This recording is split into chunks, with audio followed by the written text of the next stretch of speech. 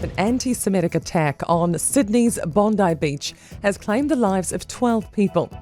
Thousands were attending a Hanukkah celebration just before 9 last night when two gunmen dressed in black opened fire on the crowd.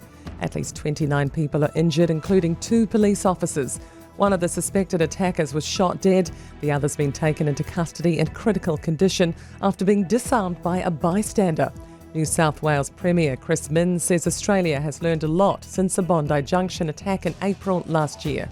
We will have a significant investigation. Our Counter-Terrorism Command will lead this investigation with investigators from the State Crime Command. No stone will be left unturned. Prime Minister Anthony Albanese says Australians stand with its Jewish community. You have every right to be proud of who you are and what you believe. You have the right to worship and study and live and work in peace and safety.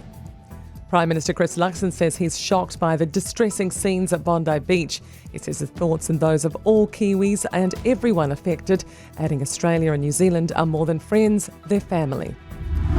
Today marks the roadside drug testing beginning, starting exclusively in the Wellington district.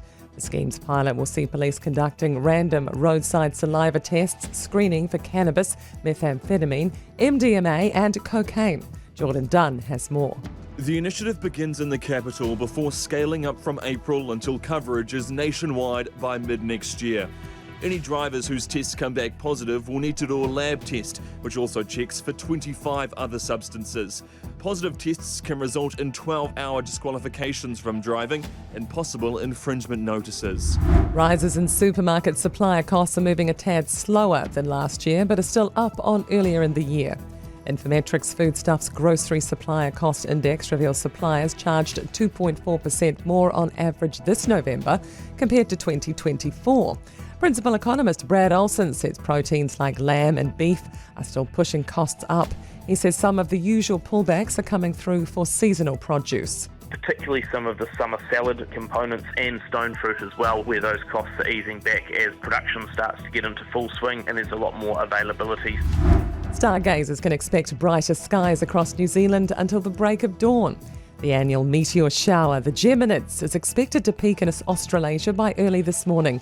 Coming from dust and debris left by the rock comet Phaethon, the shower's visibility will be heightened as the moon is in its waning phase. Stardome astronomer Josh Aoraki says that means skies will be darker and emphasise the shooting stars. Here in New Zealand, we can expect to see, if you're in dark conditions, clear weather, about 30 meteors per hour, which is a pretty decent meteor shower for us.